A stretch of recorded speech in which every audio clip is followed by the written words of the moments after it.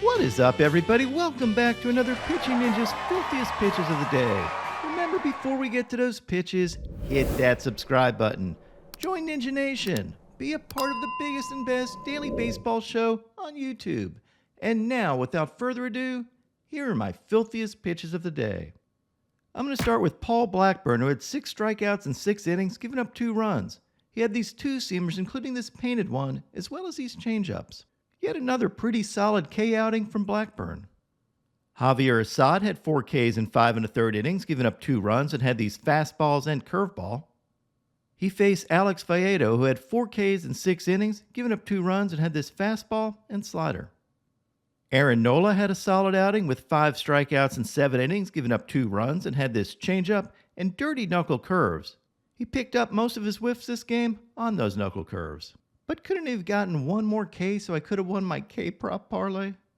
Thomas Hatch pitched as an opener yesterday and had 3 scoreless innings with 1 K and got that K on this changeup. David Peterson had 4 strikeouts in 4 2/3 innings, giving up 4 runs and had this changeup and wicked back foot slider. Peterson outdueled Alan Winans, who had 4 strikeouts in 4 1/3 innings, giving up 7 runs. Not quite as good an outing as he had last time, but he did have this changeup and slider. Christian Javier had 3 Ks in 5 innings, giving up 3 runs and had this slider for a sword. And he outdueled James Paxton, who had 4 strikeouts in 4 innings, giving up 6 earned runs. Paxton got Ks on these fastballs and these dirty knuckle curves. Jordan Montgomery had an outstanding outing with 6 strikeouts and 8 scoreless innings. He relied on his sinker, his changeup, and these dirty curveballs. A really good outing by Montgomery. Michael Wacha was also really good with 7 strikeouts in 5 1/3 innings, giving up only 1 run. He had this combination of fastballs and changeups and picked up 11 whiffs on his changeup out of his 12 whiffs in the game. And he had a 41% whiff rate on that changeup for the game. He had this filthy 3 changeup K and just threw hitters off with that changeup all game. And here's an overlay that shows you why Wacha's changeup is so effective. Not only does he get swings and misses on him, but it helps set up his other pitches. Here he gets a whiff on a changeup that ends up out of the zone. And as a hitter, you don't want to get fooled by that changeup again.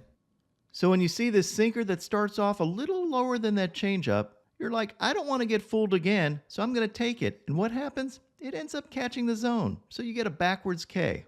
You didn't want to get fooled the same way, so you got fooled differently. Touki Toussaint had 3 Ks in 4 innings, but gave up 7 runs. Not a great outing from Touki. He did have this pretty curveball, though. And he faced yesterday's filthiest starting pitcher of the day, Luis Castillo. Castillo had 9 strikeouts in 7 innings, giving up only 1 run. He had these nasty sliders, but the big story of the game was his fastball.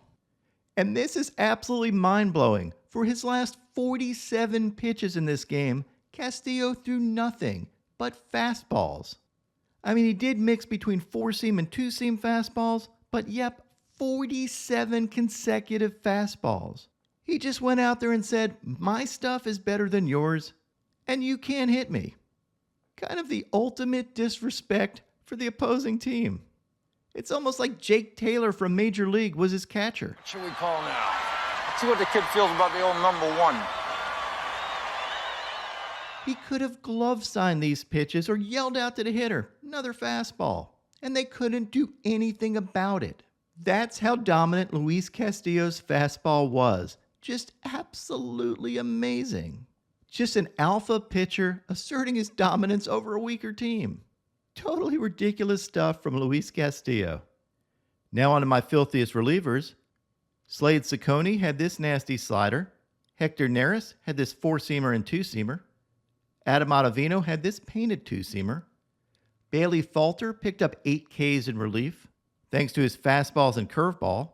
Alec Marsh picked up 9 Ks in relief, thanks to his curveballs and sliders, and picked up a sword. Scott McGuff had this slider and splitter. Steven Wilson had this sweeper. Hayden Wesneski had this wicked sweeper.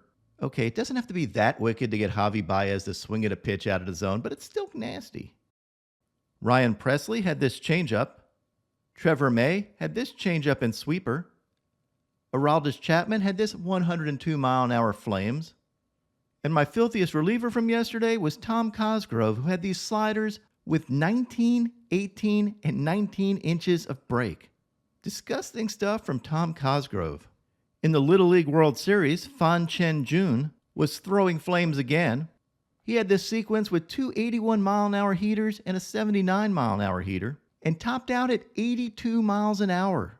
That 82-mile-an-hour fastball would get to the plate at the same time as a Major League 107-mile-an-hour fastball, because it's thrown from only 46 feet. And it's as fast as this Brent Suter fastball from the Major Leagues. So already you can kind of say he's got a Major League fastball, although Suter doesn't exactly throw flames. Stella Weaver got a K yesterday. I think she's only the 7th girl to pitch in the Little League World Series. And she also got a hit. Make room for Stella Tani. I love it. That's right. Welcome back to Dong of the Week, where we don't just want Mark McGwire in the Hall of Fame, we want it named after him. We're kicking it off here with a picturesque ball bashing. Shea Langoliers, a.k.a. Bangoliers, pulls out the shillelagh here and puts it 20 rows back. Unfortunately, no humans go to games in Oakland, so this ball sadly bounces back onto the field, but this ball was pounded.